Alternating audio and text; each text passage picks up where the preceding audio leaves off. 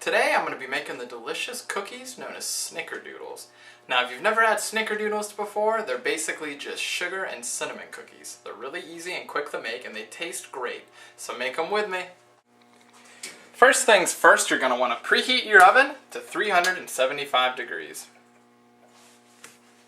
Also for this recipe you need eggs, 2 eggs, so get out 2 eggs and let them warm.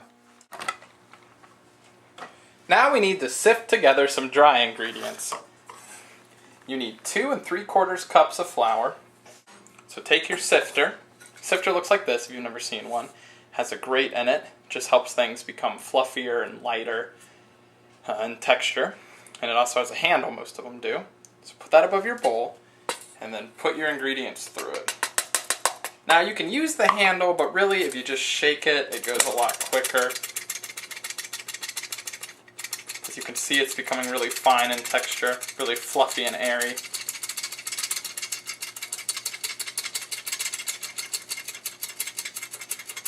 Okay.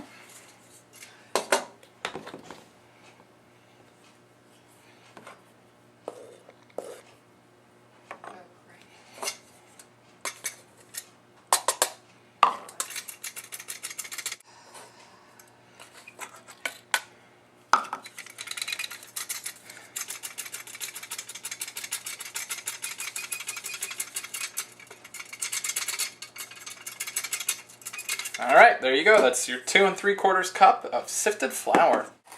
Now we need to sift in a teaspoon of baking soda,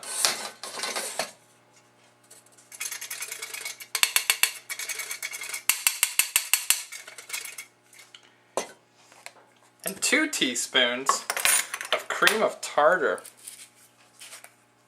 There's 1.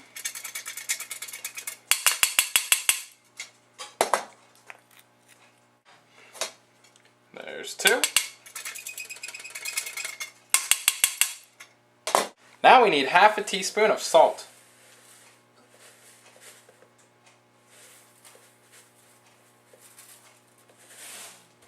There we go. Now we're going to cream our eggs with some shortening and a few other ingredients, and we're going to pour this in.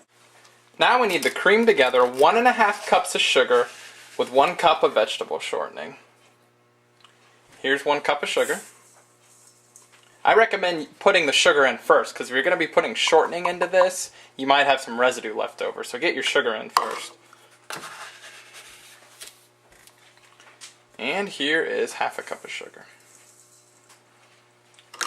If you have different measuring cups, I would do the shortening first and cream it a little bit before adding the sugar. But otherwise, I'd put in the sugar first, just to help keep your containers clean and your measurements accurate. Now we need 1 cup of shortening. Here's what my shortening looks like all packed up. As you put it in with a spoon or ice cream scoop, make sure you press it down in. You don't want any air pockets. You want it to fill the entire volume of your 1 cup.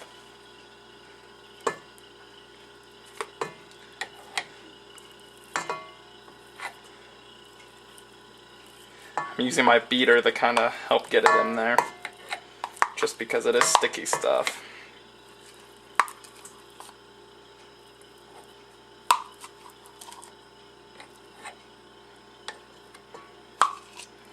And like I said before, make sure you scoop out your cup pretty well. Or if you want a little over, you don't have to worry about getting all this little bits and pieces in here.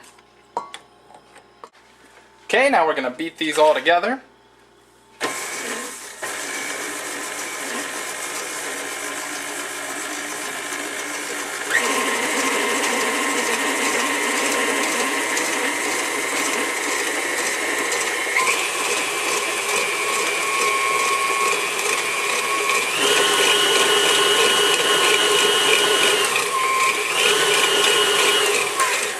As you can see, it's all starting to clump together pretty well.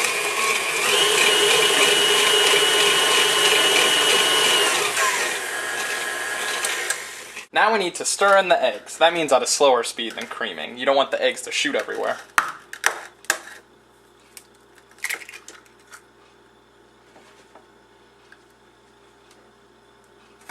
So I'm going to put this on a slow speed, pour in my first egg,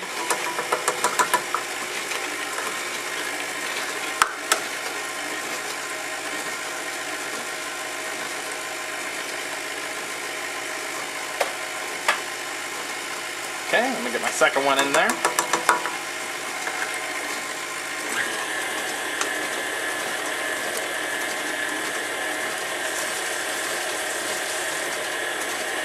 It's good to take an icing spatula and go down the sides. Luckily with this one, it's not too much of it stuck up on the sides, but this will ensure an even mix. And then if there's ever some on your beater, this one's all mixing really well though, so no complaints there.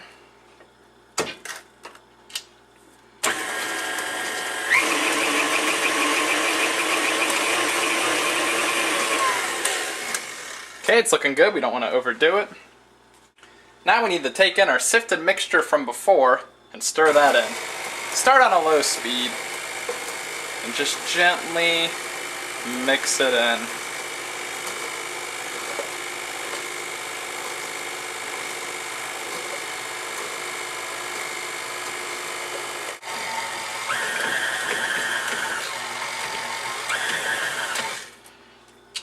As you can see, it's clumping together, which is great, but a few times I would just push it through the beater. Not too much sticking on the sides, so that's good. It's coming together really well already, so that's great. And I would just mix it a little more. You don't want to overdo it.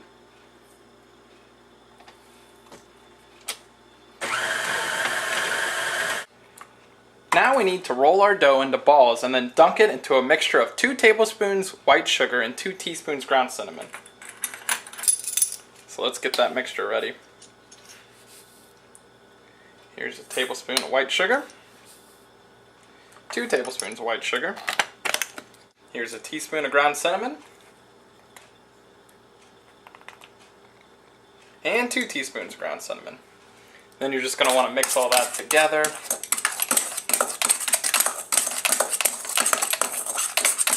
The process we follow for this, if you've ever made cookies before, you take your dough, you roll it in your hands. We're going for a walnut size ball here.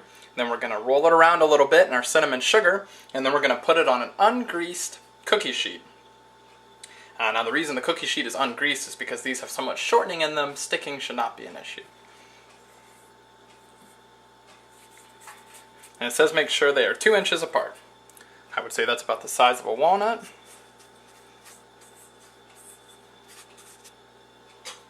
There we go, and you repeat that process. How do these look? Pretty good, huh? Try to make them as uniform as possible. That way they all bake at the same time, and make sure you get an even coating. A couple spots, you know, it's a little sloppy, but they look pretty good. Now we have to bake them in our oven for 8 to 10 minutes, or until the edges are lightly brown. And get your cooling racks ready. Oops. Also have better balance.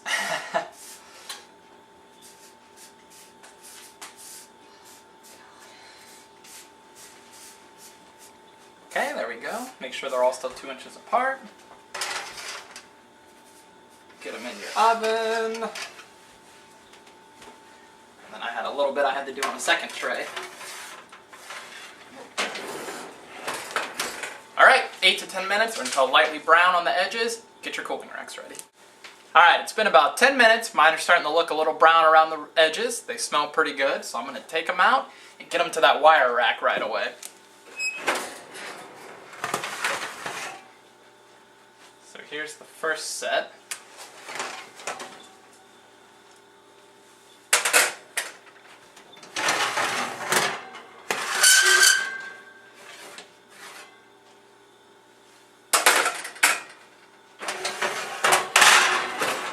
Alright, Snickerdoodles are naturally a bit softer of a cookie. As long as they don't look too doughy, they should be good. They should be a little soft, but you'll start to see them solidify a little. A little bit of wetness might be alright, just because they bake a little after cooking. So take one, and just quickly start moving them to your wire rack. They'll finish baking some on their own, but we need to help them cool as well. Oops. Now the fun part, eating them. It's really good. It's important to keep them all a uniform size. Some of my bigger ones were a little doughier. I don't mind, but some people do. You definitely want to make sure they're fully cooked, but some people like them a little stiffer, some people like them a little doughier. So good luck. These are really delicious, really quick, and really easy.